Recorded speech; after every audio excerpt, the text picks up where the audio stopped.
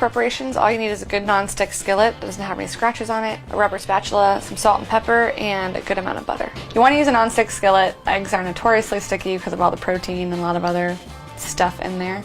And you also want to make sure that you're not using any metal utensils on the pan itself. First up, scrambled eggs, one of my personal faves. Scrambled eggs, there's a lot of different ways to cook them. This is the way that we prefer at the Tasty Kitchen. It's a great idea to crack them into a separate bowl first. One, in case you have any big chunks of eggshell in there. If any shell does get into the bowl itself, totally fine. Take an eggshell that you just cracked and use that to go in and get the shell out. While it might seem easier to crack them into the pan and scramble them in there, it's not really a good even way to do it. You'll have some big chunks of egg white, some big chunks of egg yolk. Just trust me, it's an easy bowl to clean. Just throw them in a bowl first and scramble them in there. So instead of adding milk or cream, we just use a lot of butter. You start with about 2 tablespoons of butter, get it nice and foamy in the pan, and when it's pretty much all the way melted, we're going to season our eggs with a bit of salt and pepper and any other seasonings you want, and then into the pan. We want to keep our heat pretty low here, and we're actually not going to move the eggs at all until we kind of see a little bit of the egg setting on the sides of the pan. When you start to see a little bit of the eggs set, that's when you want to take a rubber spatula and from the outside in, push the eggs towards the center and kind of all around the pan so that all the eggs are cooking pretty evenly. When they're about 3/4 of the way cooked, we're going to do a real sneaky trick here and add a few cubes of butter. That's another tablespoon cut into 4s or so. We're going to melt those cubes of butter into the eggs themselves, and they're going to kind of emulsify sort of this like creamy, nice meltiness into the scrambled eggs, and they add this like really beautiful creamy texture at the end. So we recommend taking them off a little bit before you think. The residual heat within the eggs will continue to cook them until they're the perfect doneness. I mean, it definitely takes an art and takes a little bit of time to get the scrambled egg right, but there's just something so good about it. It just kind of like hits all those salty, creamy, fatty notes for me, and I just really, really love having scrambled eggs. The fried egg. I think people are afraid of fried eggs. I don't know, there's like so many different ways to do it. It's like, should the pan be high heat? Should it be low? How do you get that perfect color? We're gonna do ours on a medium heat for the fried egg. So add butter to the pan, add your egg into the butter. So you want it to be hot enough that the egg white is kind of setting when it goes in. Let it start cooking, and you wanna make sure that it's not so hot that the egg white itself is like going all over and boiling like crazy.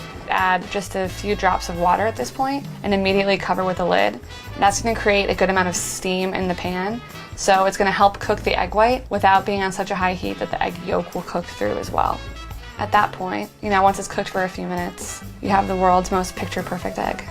Really yellow, vibrant yolk. The white is cooked through. There's none of that weird, like, snotty bit that no one likes, like undercooked egg white. It just takes maybe a minute or two with that steam on top, and then you have a picture-perfect egg. I mean, you could Instagram that. There's a million things on the internet of like how to get the perfectly hard-boiled egg. We've tested a whole bunch, and this is our tried and true method to get your perfect boiled egg every time. You want to put them over medium-high heat because you want to bring them to a boil, but you want it to kind of happen slowly. So similar to potatoes, we're doing this because we want them to cook really evenly. We don't want the outside to cook before the inside can. Once it's at a rolling boil, you want to take it off the heat, cover, and set your timer. Between 4 and 16 minutes, depending on how you like your yolks cooked. And then once they're cooked to your liking, you want to immediately take the eggs out and put them into an ice bath. That's going to stop the cooking right away to make sure that your yolk is going to be cooked to your preference. If you leave them in the hot water or just like take them out of the hot water and don't cool them down, then you'll get that like really weird, chalky, like grayish green yolk, which we don't want. And just as a visual, here are eggs cooked at all of these different times. You can see how much softer the yolk is at 4 minutes, whereas 16 it's completely cooked through. You can just cut them in halves or quarters.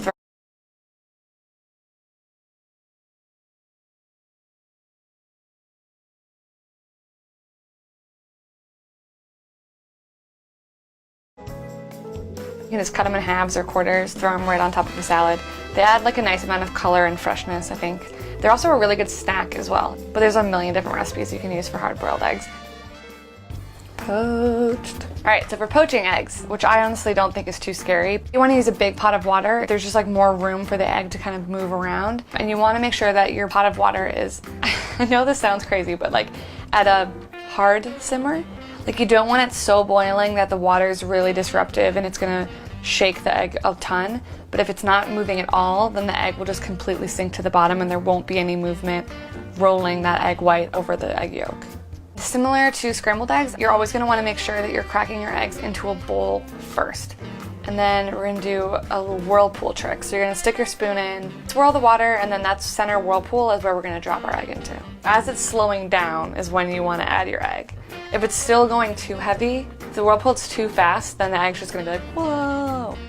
You want to let the egg go and do its thing in there until you kind of can't see any of that translucent egg white anymore. With a poached egg, you want the egg yolk to still be quite runny, but again, no one wants like a runny egg white. And that is a poached egg. So we're gonna blot it, get all the extra water off there, and then you're ready to eat. So that's the traditional method, but if you were doing a whole bunch, we've got a trick for you. So instead of a big deep pot, we're just gonna use like a saute pan that has flat sides, like 3 or 4 inches deep, that you can put some of these heat-safe glass bowls and have them completely covered in water. And for this one, I can do like 3, maybe even 4 at a time, depending on how big your bowls are and how big your pot is. And then, same deal, you want to crack your eggs into a separate dish. But what I'm going to do is actually go from one dish to another. And what that bowl is going to do is it's going to keep the egg contained in that space. This is cool because you can get a nice rounded shape every time, but it's going to look a little bit different than your classic poached egg. If you're just doing this for your friends and family at home, I don't think anyone will mind. It'll still taste the same. It's easier for you to do a whole bunch of them. And then it's a little less intimidating way to approach poached eggs. Really good, nice, soft, delicate way to have an egg. And it's also kind of an impressive way to serve something that's pretty cheap. I love poached eggs. Yeah. Are poached your favorite? Wait, do we know? I think my problem is I don't have a favorite. I like them all. If I had children,